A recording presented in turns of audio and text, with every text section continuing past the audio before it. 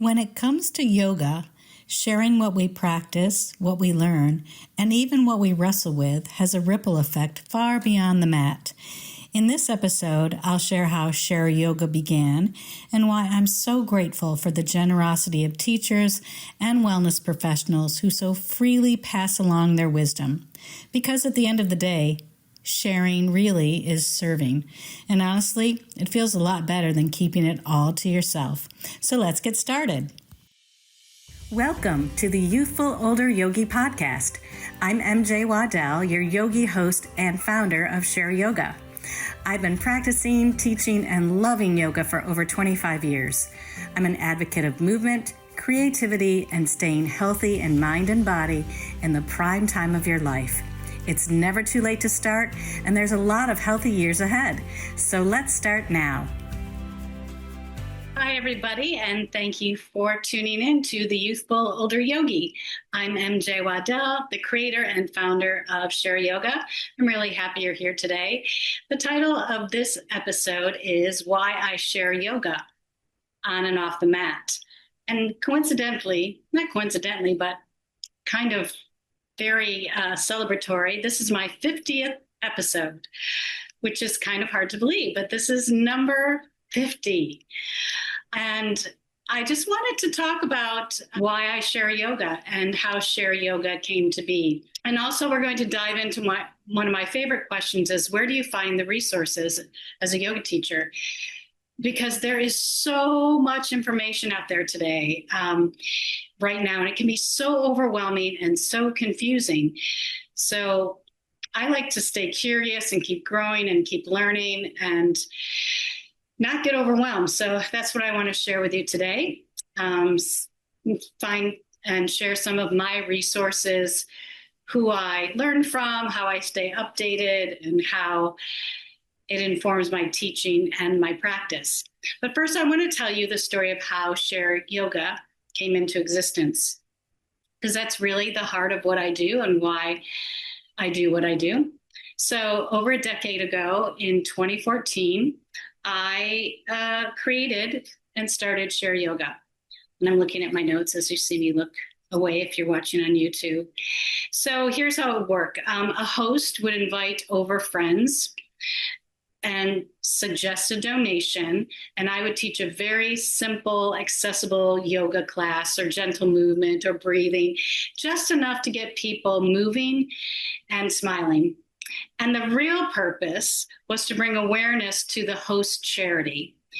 So I've held ShareYoga parties that supported Ronald McDonald House and American Heart Association, Sea Turtle Preservation Society, so many different charities.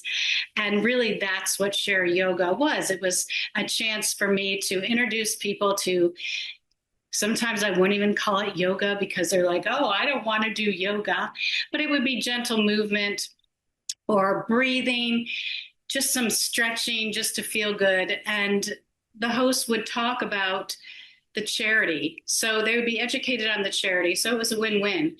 So I would get a portion of the fee, and then the charity would also get a portion of the fee, go right to charity. And that's still of ShareYoga today. I continue to donate a portion of every dollar that I make to a charity. Every year I choose a charity. This year, my charity is the World Food Program. It's through the United Nations. And I also love I haven't done in person so much anymore, but if you are in the Central Florida or Space Coast area of Florida, I would love to share with you my ShareYoga parties. So if you're listening and you have a charity that you love and you want to get the word out and educate people about, just go to my website, ShareYogaWithMJ.com. and go to the contact me, and you can send me an email and I will get in touch with you and share with you how you can bring awareness to your favorite charity. And it's all about connection and support, and let's do good for the world. So that's the heart of ShareYoga, sharing yoga, sharing resources, and sharing hope. I wanted to pop in and thank you for listening to the Youthful Older Yogi. I love bringing you great guests, education, and ways to stay youthful in mind and body. If you love the show and want to help me make it even better, please consider becoming a supporter. You get to choose how much and how often you give, and there's no commitment. And remember, I donate a portion of every dollar I receive to charity. For 2025, I've chosen United Nations World Food Program. Just click the support button in the show notes. And just as helpful is sharing the show with others. Thank you again so much for listening. And now let's get back to the podcast. Now, back about the resources and today's topic, because even though I love learning from teachers and courses, the truth is my number one teacher is my yoga mat and my practice. So I call my mat Dr. Matt. This is where he or she, depending on the day, becomes my therapist and my laboratory and my playground. And this is where I get curious and experiment and explore. And sometimes my practice looks like very classic yoga poses. Sometimes it looks like me wobbling around, testing balance, playing with props, or just moving slowly to feel what's really happening in my body. And after 30 years of practice and 2 brand new hips, which I'm so proud of, they're amazing. I just love getting back doing what I love to do, like walking pain-free. And my practice looks very different. My practice looks very different from when I started 30 years ago. And that's the beauty of yoga. It changes with us. It's always there for us. So then I take what I learn on my mat and I bring it into my classes or my one-on-one sessions, and I watch how it lands with my students. And I always, always ask for feedback because my students are also my teachers. It's a give and take. I'm learning, they're learning. I just love it. And of course, I learn from others. And one of my favorites right now is Jason Crandall. I'm on my second course with Jason Crandall. I'm taking a pranayama course. I took an injury prevention course, which I really enjoyed, and it melded in injury prevention as well as anatomy and keeping your students really, really safe, especially if you're leaning into your later years, and that's the population that I love to teach now, and I love to teach teachers how to teach an older population. So that course really, really resonated with me, and I learned so much. I keep going back to it over and over again. Jason Crandall, he's very knowledgeable, he's straightforward, and he emphasizes there's no absolutes in yoga. I agree with this wholeheartedly. There's no one right way. There's no one wrong way. The way of yoga is in the postures and in life. It's dictated by uniting the intelligence of your body, your breath, and your mind to find what works best for you. Again, I feel like yoga practice is like being in your own personal laboratory, and you just experiment and find what works, what doesn't work, what feels good. And you also just are able to feel and sense the strength of your body, the flexibility of your body, the challenges of your body and your mind. And that's something that I've come to understand very deeply after 30 years. There are certain fundamentals that we all respect, yes, but every single body is different. Every single person has a unique history, and that means what works for one person may not work for the next person. So Jason Crandall. Another one, I'm taking another course right now from Sean Fargo, and it's called Mindfulness Exercises.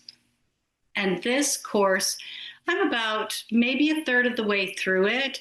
It's so much more in depth with meditation. You have to do at least 40 hours of meditation and comment and be in community and in conversation with other people taking the course. And I love teaching meditation. I just got back from a retreat called Nurture and Nourish, my first retreat. And I introduced several different styles of meditation to the retreat guests, including a nature meditation, mindfulness meditation, sound meditation, body scan, guided meditation, to see, again, what works for them. They love the nature one. So who doesn't love nature? Being out in nature and listening to the sounds and feeling all that nature can bring to you and settle your nervous system down. So, and through this course, I've been introduced to so many other meditation teachers. I was familiar with many. Sharon Salzberg, who is, has such a grounded and compassionate approach.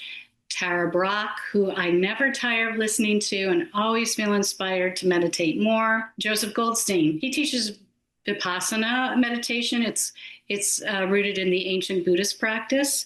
There are just so many. As far as watching podcasts and logging on and getting some free tutorials and events, Judith Hanson Lassiter, love her, and her daughter Lizzie Lassiter. They're for their teachers of slowing down and being present. I also like following Jenny Rawlings. She has such a creative way of working with props and flowing with props and blocks. I just love that. There's just so many teachers. I will try to put as many as possible down in the show links. So these show links for this episode is going to be pretty long. And once again, as in yoga practice, same in meditation, there are no absolutes. Everybody's mind works differently. Everyone brings a different expectation or idea of what meditation should be. And I love sharing with skeptics and beginners, again, the different styles of very short meditations so they can find one that works for them. So if you take one message away from today's episode, is that there are no absolutes, not in yoga, not in meditation, and not in life. So I have so much gratitude and for all the wisdom and the willingness for these teachers that share freely and have created courses and workshops and series to help myself and others continue to grow into better teachers and better humans. And this gratitude extends to all my teachers in theater, in voice, in dance. Voice teacher, Erin Stewart, if you're watching or listening, thank you so much. I'll put her in the show notes. Even if you're not a singer, as we teach, we're yoga teachers, our voice is such an important part of the teaching. And Erin doesn't just teach singers, she teaches humans how to find their voice and have confidence in their voice. So I'll put Erin's link down in the show notes. But anyway, all of my earlier teachers in dance and voice and theater, they've equipped me with the essential life skills, basically, and the confidence and the inspiration for lifelong learning. Gosh, I may run out of years to keep learning. It's amazing. So, and I can tell you that after 3 decades of this practice, that everything changes. Your body, your practice, your perspective. There's a saying that if you're not ready for change, you are not ready for yoga. And I think that's true. And lately, I've been intentionally seeking out older yoga teachers who are over 50 because teaching and practicing in this stage of life it brings a whole different wisdom and a whole different body. Let's be real. And I want to say this out loud to all you teachers that are listening. Do not be afraid to teach older students. They're real people. They're just human beings. Yes, they may have some limitations but there's just real people with story, experiences, and a whole lot of wisdom and a whole lot of strength. I love teaching this population. I am this population. So don't be afraid. Let's see. I also subscribe to a few podcasts and newsletters to stay inspired. I want to talk about my insurance. It's called Be Yogi. And through this insurance, they have certain classes and webinars that are very, very helpful. And you can also gain a continuing education unit if you are with Yoga Alliance.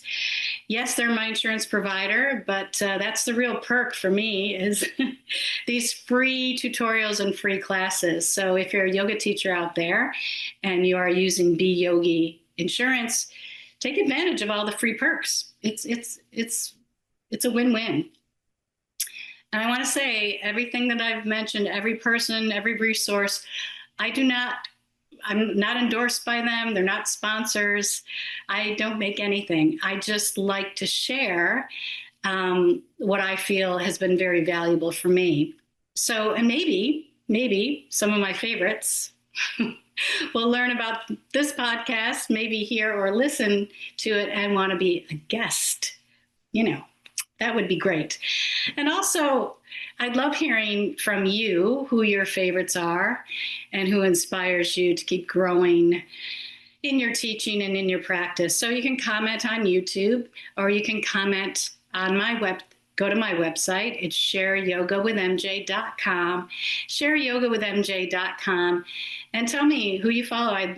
I'm always interested to see other teachers, who they follow and who inspires them. So in the final wrap up, at the end of the day, use your yoga mat as your laboratory and your curiosity as your compass, and use your students as a feedback loop. Keep learning, keep growing, keep exploring, and remember there are no absolutes. And if you're local to Central Florida or the Space Coast, reach out to me. I'd love to host a ShareYoga party for your favorite charity. You can reach out through my website. Again, ShareYogaWithMJ.com. I would love to hear from you. And thank you so much for listening or watching on YouTube and being a part of this journey of lifelong learning and my 50th episode on the Youthful Older Yogi. And until next time, keep sharing yoga. Namaste. Thank you so much for listening. Now you can go to my show notes on YouTube or Buzzsprout and send me a voicemail or email.